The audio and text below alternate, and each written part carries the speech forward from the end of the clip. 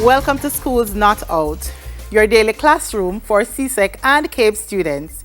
You can watch this lesson real time on Television Jamaica's YouTube channel or One Spot Media. We also are live on Music 99 and gojamaica.com.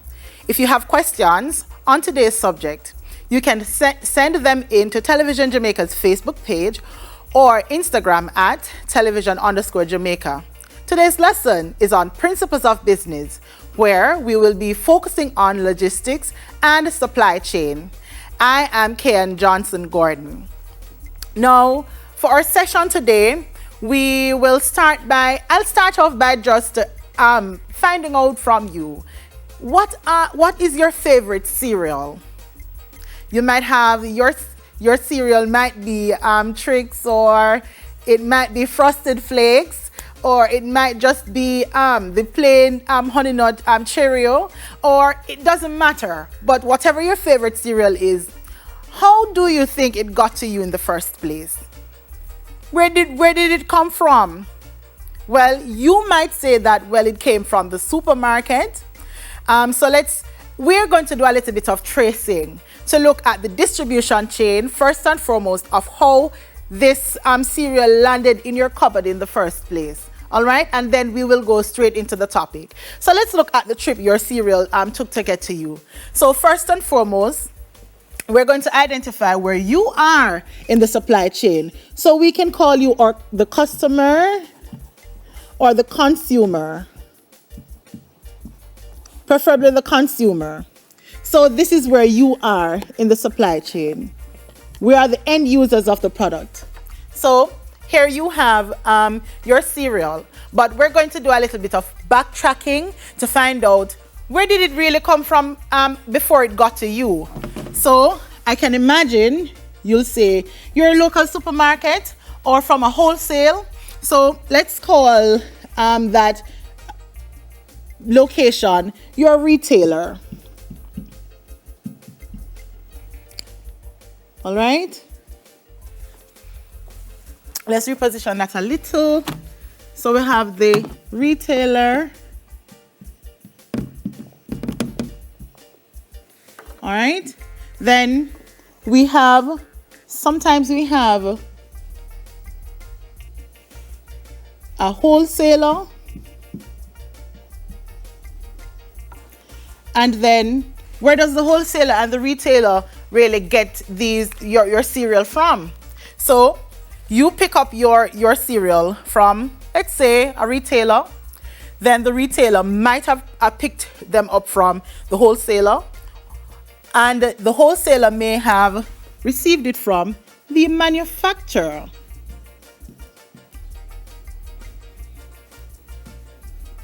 Okay, so here we have done a little back tracing from you having your cereal to where it actually came from. And of course, you might go further to say, well, it came from the primary process and so on. But today we're just looking at the distribution chain to just relate your cereal that you have in your cupboard and any other products that you have in your possession right now to find out, how did you get it? Now, that is really important in establishing our point today as we focus on the logistics and supply chain. So we're not going to only be tracing or looking at how our cereals end up getting to us as the consumers, but we're going to be looking at what does a supply chain involve.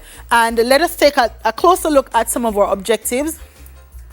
So these are a few of our objectives that we hope to attain today. First and foremost, we're going to be looking at the definition of logistics and supply chain management. Then we're going to shift our focus to see if we can describe the activities involved in the logistics and supply chain. Then we're going to be looking at how do we describe the supply chain, the chain of distribution rather, which is what we have outlined first. And then we will be looking at how do we properly explain the components of logistics. So to get started, I want to really pick your brains a little bit. So here is our first trivia. Now, I introduced this trivia to you because I want you to think about this question, because we may come back to this question in the future. So, let's take a look at this trivia and think about your answer. And remember that you can send in your responses through using our social media handles. So, let's look at them. So, we have dash encompasses all activities associated with the supply and the transmission of goods from the raw material stage through to the end user, as well as the associated information flows. All right, so what do you think the answer is? Is it A, production line? Is it B, supply chain? Is it C, marketing channel? Or is it D, warehouse? Think about it. And I know that some of you who have gone through this lesson already, you might have already been able to pick out your answer. But we'll come back to this question at the end of our lesson today. So to get started, it is only right for us to define one of our foundation concepts in this topic, and it's supply chain. What is supply chain? So we say that a supply chain is a system which includes all the organizations, all those companies, and the processes that are involved in producing a product and delivering it to its final consumer. So with the supply chain, we'll be doing a little bit of tracing to make a linkage between different levels of a process. Where would your cereal come from? What's the process that it went through in order to land in your cupboard or in your plate, right? So we will also be looking at supply chain management. So if we know what supply chain is, we can look at what supply chain management is. Now when we come back, we will resume with looking at what supply chain management is. So for now, we head over to Lotto. School's not out. We'll be right back.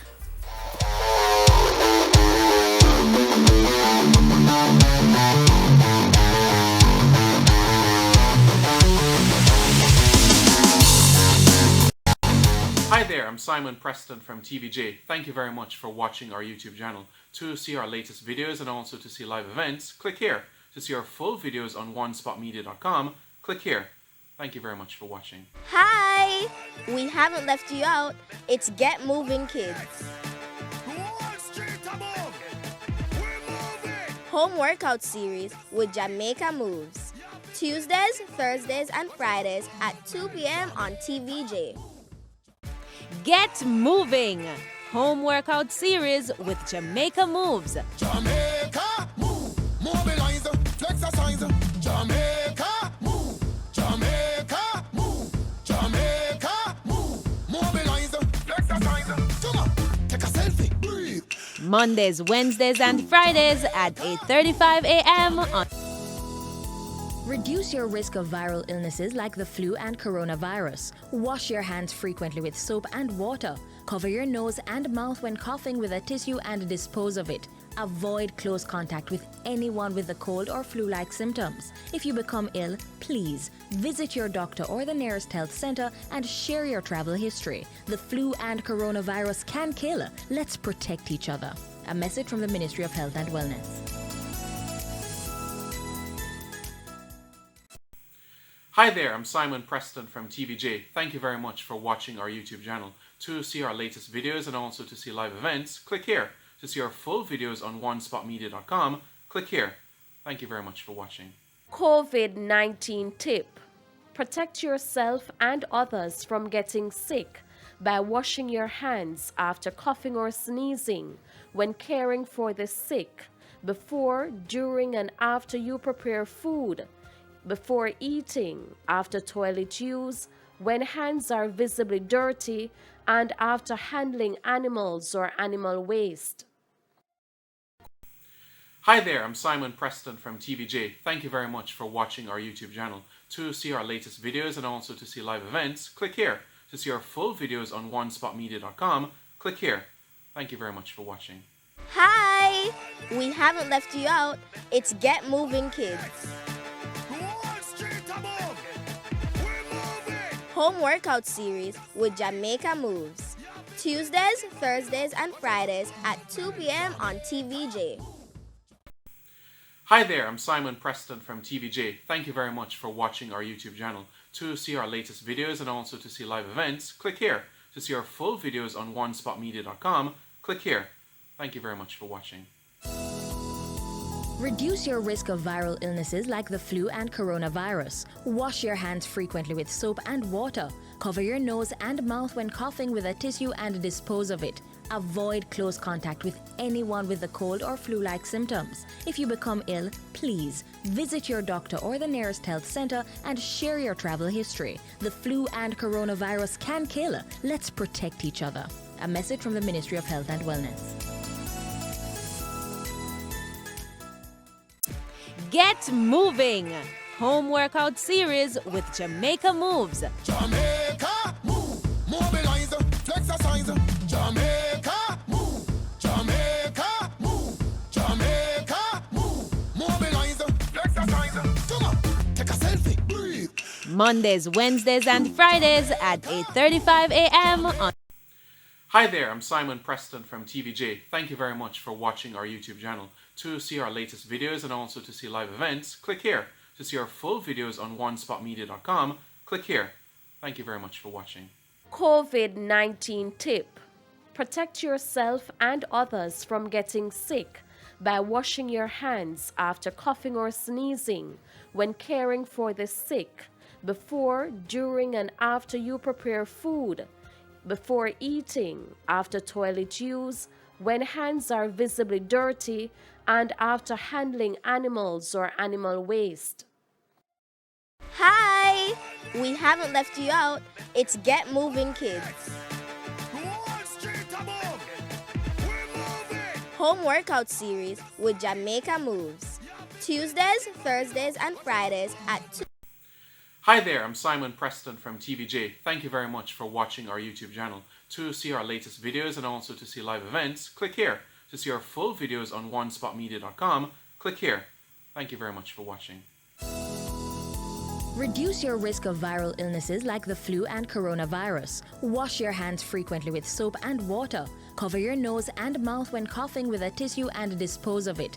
Avoid close contact with anyone with a cold or flu-like symptoms. If you become ill, please visit your doctor or the nearest health center and share your travel history. The flu and coronavirus can kill. Let's protect each other.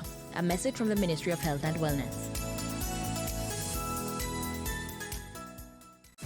Get moving! Home workout series with Jamaica Moves. Jamaica, move, mobilize, exercise. Jamaica, move, Jamaica, move, Jamaica, move, mobilize, exercise. Come on, take a selfie, breathe. Mondays, Wednesdays, and Fridays at 8:35 a.m. on. Hi there, I'm Simon Preston from TVJ. Thank you very much for watching our YouTube channel. To see our latest videos and also to see live events, click here. To see our full videos on onespotmedia.com, click here. Thank you very much for watching. COVID-19 tip. Protect yourself and others from getting sick by washing your hands after coughing or sneezing, when caring for the sick, before, during, and after you prepare food, before eating, after toilet use, when hands are visibly dirty, and after handling animals or animal waste. Hi!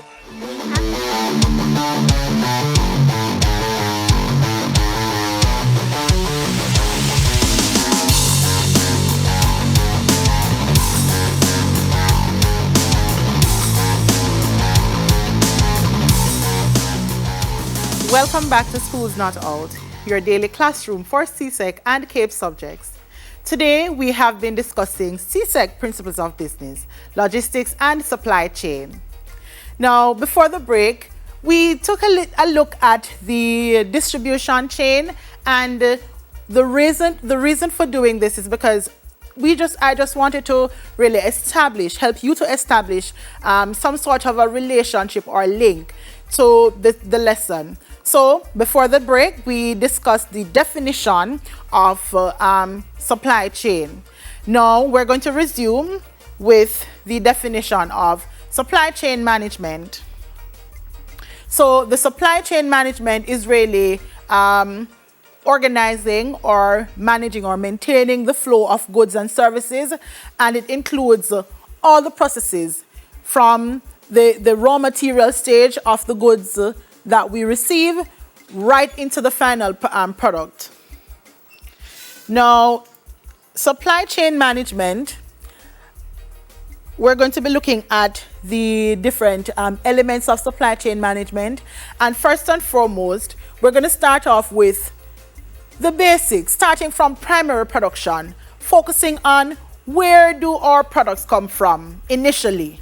So we're going to be focusing on transforming of our raw materials, or extracting our raw materials, and we refer to them as our natural resources. We're also, so from the transformation of natural resources, we have a movement to the storage of raw materials. So let's take a look at the example that we have here. This is sugarcane, nice sweet sugarcane. Now, sugarcane in its raw form, we say that it is a part of the natural process or the primary level.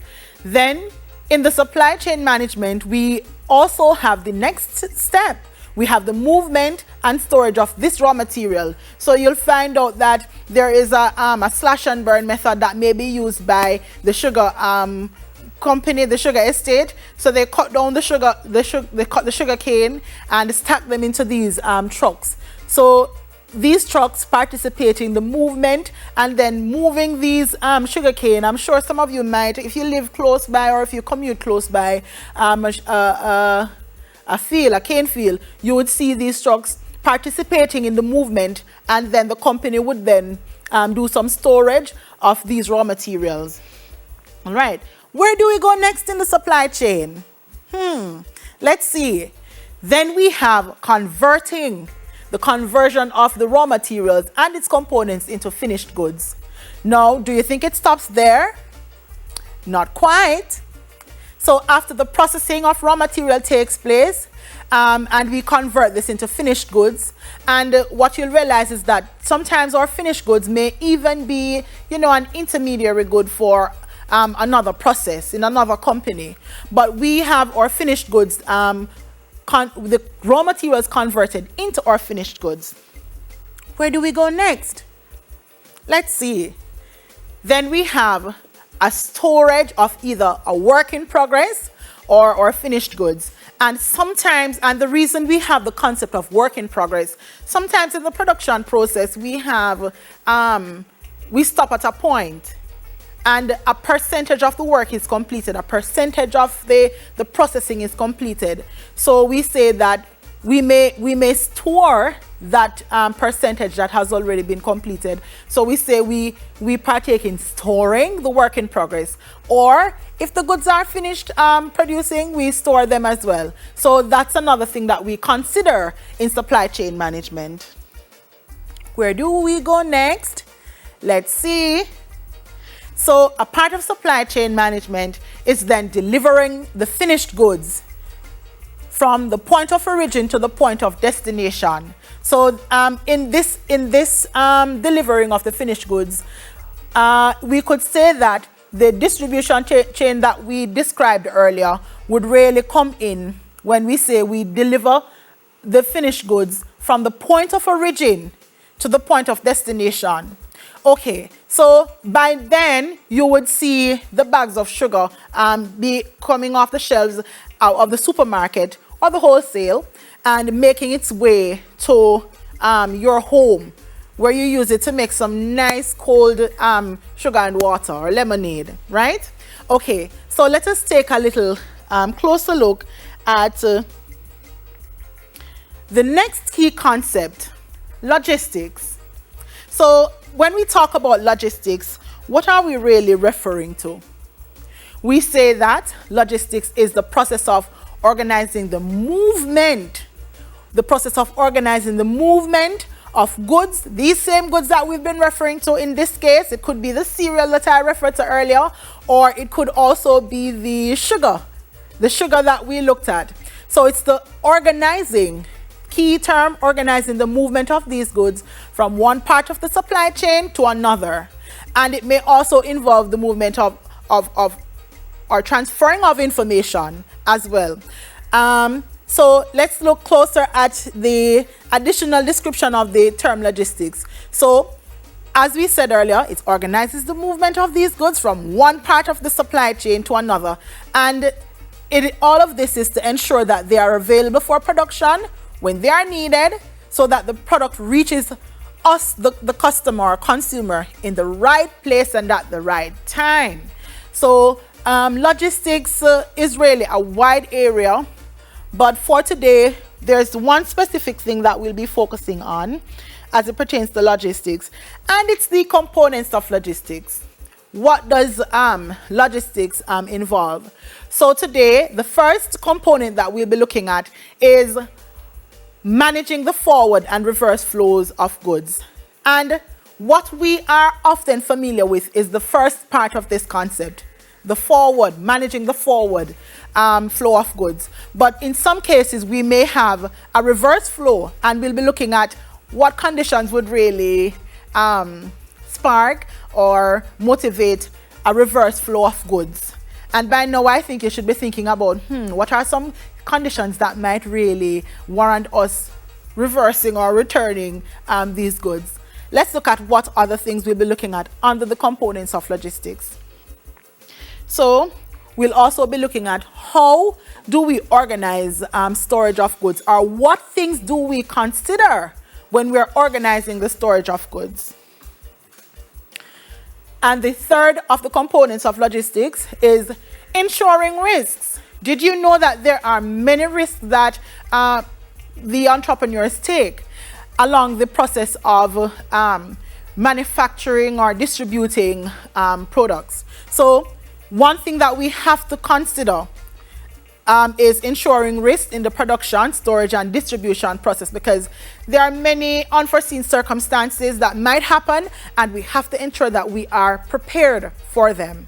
Okay, so that's one component that we'll also be looking at. Let's look at the fourth and last component that we'll be discussing today. We'll also be discussing the flow of information for logistical management. So as much as we've spoken about flow of goods, that cereal leaving from even in the field, where if it's coming from wheat, or if it's coming from corn, leaves the field and then it is converted into finished goods to reach you, the consumer. But what about information? How do we manage information flow in the logistics management process? So for a better understanding, we're going to be breaking down each of these components of logistics. And the first component we'll be looking at, we'll be breaking apart the first components into two parts. And first we're looking at forward flow of goods.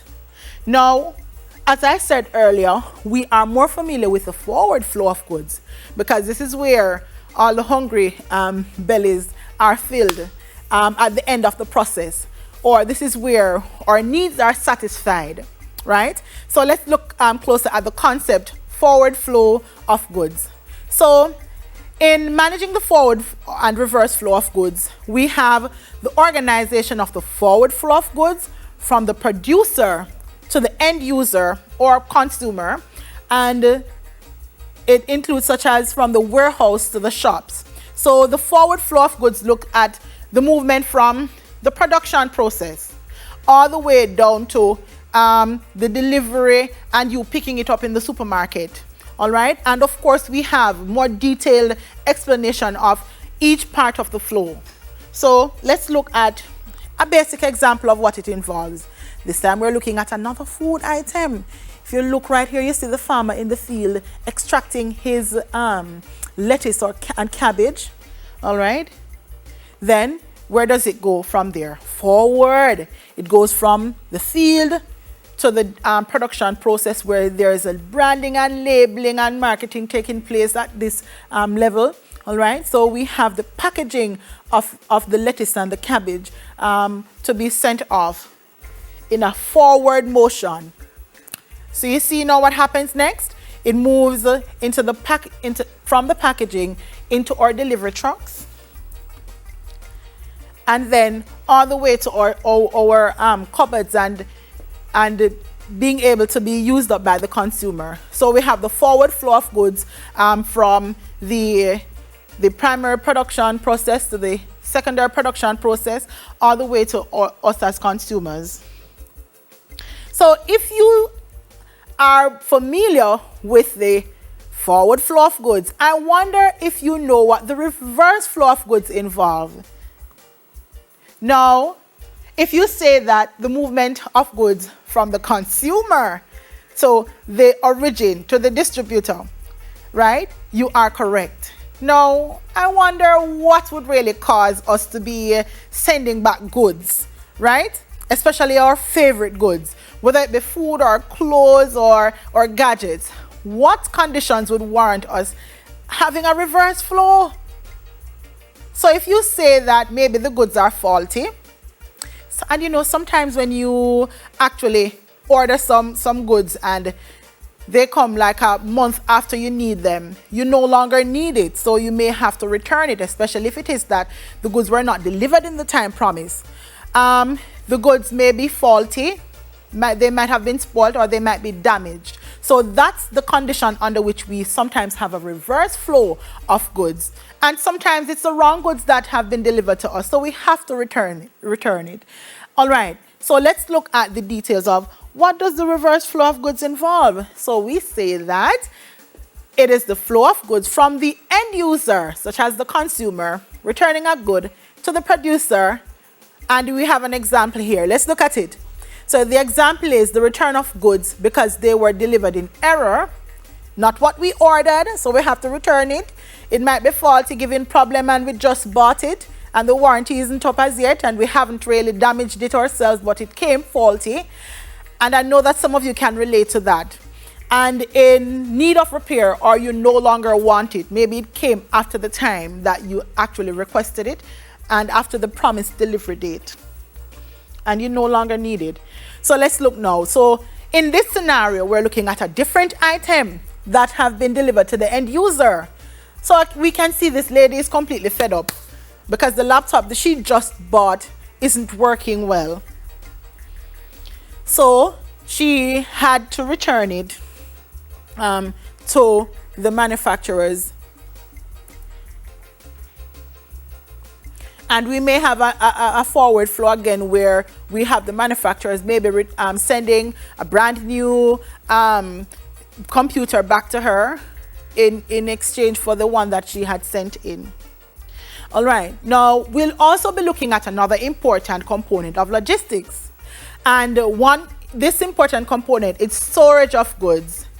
And a lot of investment is placed into storing goods because in certain scenarios, we may have companies that buy a certain stock and they don't just buy what they need to get off their hands within the week, but they may buy for 2 weeks, or they buy in bulk based on the movement of the goods off the shelves. Storage of goods isn't really really concerning only the wholesaler or the retailer who may store goods, but the manufacturer may also have to store the goods, whether raw materials when they come in before they are used up in the process, we have to do a little storing, or it is when the goods are work in progress, we might do some storage there, or when they are finished and awaiting the delivery. All right, so we say that when we organize the storage of goods, we say storage of goods may occur when raw materials are delivered to manufacturers and we need to store them because they are not used up immediately. Intermediary products are pending distribution, so we have to have somewhere to keep them. Finished goods are also pending distribution, and finished goods are delivered to wholesalers and retailers, so these are really points at which storage of goods may take place, and there may be others that we can add to this as well. As it pertains to storage of goods, goods may be stored in warehouses. And some of you in your commute, daily commute, you might actually pass some warehouses. Some companies might have to really invest in their own warehouses, or they may do some renting of a warehouse. So we say a warehouse is a building that we use to store goods used by producers, exporters, wholesalers, customs officials, distributors, and many more. So along the distribution process, we do have storage that takes place. And this is one key thing that we look at when we talk about logistics, right? So let's look at what is the storage of goods involve. So we say, okay, let's look a little bit closer at warehousing. We say warehousing involves the inbound flow of goods and the outbound flow of goods. So remember, just now I mentioned about the manufacturer, what takes place, with the two reasons for which manufacturers will really store goods. Yes. So let's look at the first one. We have the inbound flow of goods, which means that goods are coming in, or raw materials are coming in, and we may not use up everything right now. So we have the storage of these inbound flow of goods. And then we have an outbound flow of goods. So we convert these raw materials into finished goods, and then we may need to do some storage before the goods are sent out to the wholesalers and retailers before you get the goods. So we may have to do some storage of goods that are outbound, that are leaving the manufacturers. So in organizing storage, as I explained earlier, so we have the storage of raw materials delivered to producers, and we say example is raw materials. And then we say outbound flow, so the storage of finished goods that are awaiting delivery to our wholesalers, retailers, or us, the consumers. All right, so in storage of goods again, there is a concept that we must pay attention to as well. And the concept is the just-in-time concept. Now, do you know that there are some manufacturers who may actually order the goods to be goods that they really need right now, the raw materials they need to be used up right now, or within a short space of time? And the reason for this is because some manufacturers might not, or some producers may not have the facilities to do storage. So what they do instead, they utilize the just-in-time process. So let's look at the just-in-time process. We say that the just-in-time process, it says, due to the costs involved in the storage of goods, most businesses will try to minimize the storage cost, because storage costs, you may have to, depends on what you're producing is, you have to invest in different assets to facilitate the storage. You might have to invest in a warehouse that has a cooling system, and we know how that may go with the electricity bills and increasing the operating expenditure, right? We may have, if it is that we don't utilize the just-in-time process, we might have some businesses renting warehouses, and it may become costly. So we say that some businesses may try to minimize the storage cost, and in doing so, they utilize the just-in-time process. And this can be done by managing suppliers or supplies of raw material and parts through the process called the just-in-time.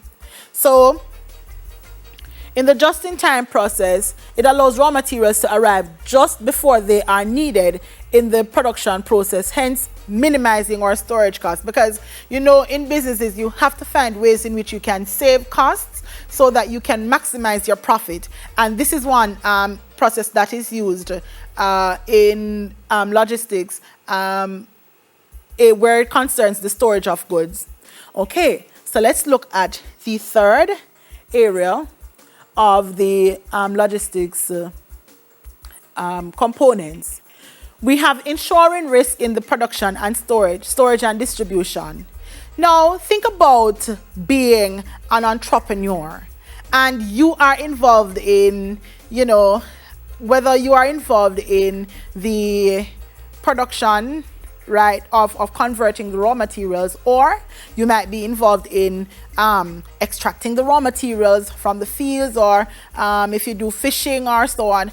Now, if you establish your business, there are some risks that you would have to really plan for, so that you try to minimize the loss in the business, or to know how you're going to recuperate if you suffer loss in the business. So in insuring risk in the production, storage, and distribution process, even the distributors, those who are involved in the distribution of your goods, they have to ensure that they have some risk management strategies to deal with any unforeseen circumstances that might pop up. So let's look at some of these risks.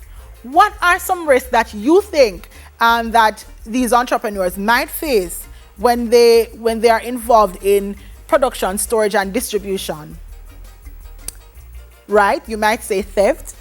And I know of some companies that have really suffered theft, especially those who are situated in a certain area where they might not have a proper fencing system, or they might not have proper security systems. There may be loopholes in the security systems, and we might have theft as well, among other things. So let's look at a few of them. So there are many risks involved in the production and storage and distribution, and these includes holdups from suppliers. So let's start there. Sometimes we really have risks that may happen from time to time, like when suppliers don't deliver on time. Or suppliers of our raw materials might be facing unplanned circumstances as well, that they might be held up in the process of delivering the goods that we need to use up in our production process. So that's one risk that we have to contend with. Let's look at other risks. We have damage caused by fire. And I know that there's some businesses in Jamaica that have really suffered some sort of loss due to fire that really caught their warehouse or any part of their establishment. Let's see, floods and natural disasters that we cannot really do much about. So floods and other natural disasters that might occur, we do have to see how best we can really manage the planning for these unforeseen circumstances. Theft or vandalism, and as much as we may think of someone breaking in, sometimes even in the logistics management and the supply chain, we do have persons who are working within the establishments who are dishonest and may really partake in theft or vandalism of the same organization for which they work. So that is one risk that we have to really plan for as one of the components of logistics. Natural disasters, as I mentioned earlier. Okay, so when we talk about insuring risks, how do we plan for, or how do we manage these risks as they come? What can we do? If it is that you know of anyone in business who is a part of the logistics or supply chain, right? And you may be one too. You may be students sitting CSEC. I know of some students who are entrepreneurs themselves. They started their business and they're a part of supplying goods to consumers. So what do we do to really manage these risks, to minimize the losses or minimize cost that we may suffer from these risks? So here are some risk management strategies. So the risk management strategies that are utilized by companies, it's based on their structure, of course. So there are several types of transport and logistics insurance available to businesses. And these may include like warehouse and vehicle insurance. And it's very important to know that when you become your business owners, you partake in insuring your vehicles that are a part of your company. You make sure that you do some insurance on all your assets that you have, because remember now, we don't really have any control over these things that might happen to us. If our warehouse is caught on fire, if our vehicle is damaged, and these assets are a very important part of our process in our business. So we have to ensure that we do our insurance. All right. Storage risk insurance is one other type of insurance that can be taken out. We have land and marine cargo insurance. We also have theft and accident insurance, and there are other forms of insurance that can be taken out on different points in the process. Now, in risk management, there are other things that companies may do in order to manage risks properly in a good way, so that the loss that they might suffer, they can recuperate in good time. Now, in risk management, a good logistics management also requires a contingency plan or contingency planning. And we know we can relate to contingency planning, because outside of logistics and the supply chain, when we talk about contingency plan, what is our plan B? What do we do peradventure this happens? All right. So, for example, installing generators that can be used during a power cut, right? If it is that we have, because installing generators, as much as it seems trivial, or it might seem small, but if you are running an assembly line, or if you are running production, you want your production to be uninterrupted. So you might have to install a generator, or use solar energy, so that just in case we have a blackout or power outage, we can really have our backup plan or contingency plan in place. We may also have hiring haulage companies to provide additional transport when required. So we may have on hand a haulage company that we can call in to really help with the transportation of goods. Peradventure, we may have maybe our delivery trucks or a delivery truck or two might be down, or if we're expanding production, we might need more goods to be transported out at a particular time. And there are even more ways in which we can plan for risks, right? But in the interest of time, let's look at the fourth component, the flow of information for logistical management. Now, let me look at the flow of information from the perspective of the consumer. Like, let me use a very good example that some of you can relate to. Have you ever bought anything online, like on Amazon? Now, are you able to gather information about the movement of your good? Yes, you can actually see when it is being prepared for distribution. There's an update given to you when we have, like, if we have a delay in the production process or in the distribution process, when it is on its way from one warehouse to another warehouse, when it reaches the near to final stage of the delivery process, and when it is delivered, you are alerted, especially if you are not home, or especially if it is that you have it delivered through a courier service. You are alerted when it reaches the courier service, wherever it is that you agreed to have your courier service delivered. So the flow that is an example of the flow of information, staying informed.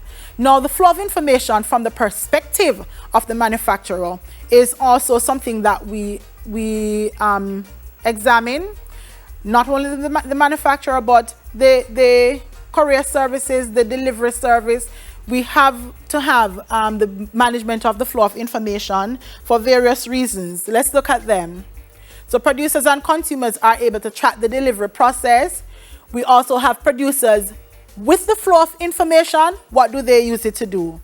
They use it to plan for anticipated increase or decrease in demand. We may also have businesses in the logistics industry forging relationships based on the information available, forging relationships that will benefit varying stakeholders of the process. All right, so let us look at some trivia questions now. And I know that by now you will be able to respond, but I see I gave away the answer already, you know. Do you see the answer at the bottom? Yes, I gave away the answer already. So this is our first question. So our first question asks us to fill in the blank space. A dash encompasses all the activities associated with the flow and transmission of goods from the raw material stage through all the way through to the end user, as well as the associated information flows.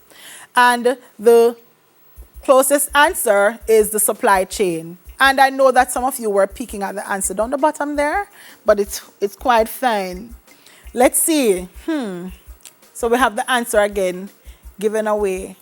So we say, let's look at this second trivia question. So it says, to reduce inventory management costs, many companies may use a system called Dash, which involves carrying only small inventories of parts of merchandise, often only enough for a few days of operation or when needed.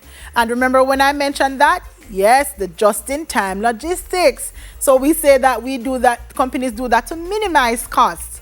Like the cost associated with storage, they utilize the just-in-time process. Let's look at our next trivia. And our third trivia, it says a supply chain is a sequence of firms that performs activities required to. Yes, the answer is D. If you guess D, you're correct. So it says to create and deliver goods to consumers. All right, let's go back and recap now. So for our lesson today, we've started out by looking at the links in the distribution chain. We also focused on the definition of logistics and supply chain, as well as supply chain management. We spent some time and described the activities involved in the logistics supply chain, as well as we were able to explain the components of logistics.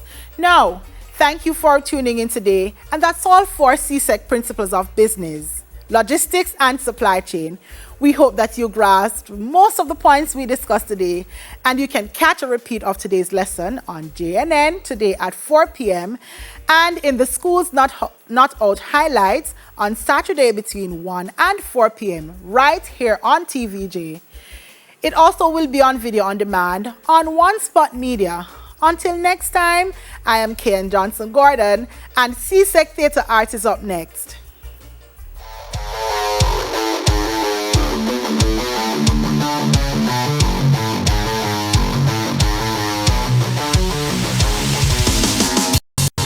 Hi there, I'm Simon Preston from TVJ. Thank you very much for watching our YouTube channel. To see our latest videos and also to see live events, click here. To see our full videos on onespotmedia.com, click here. Thank you very much for watching. Reduce your risk of viral illnesses like the flu and coronavirus. Wash your hands frequently with soap and water. Cover your nose and mouth when coughing with a tissue and dispose of it. Avoid close contact with anyone with a cold or flu-like symptoms. If you become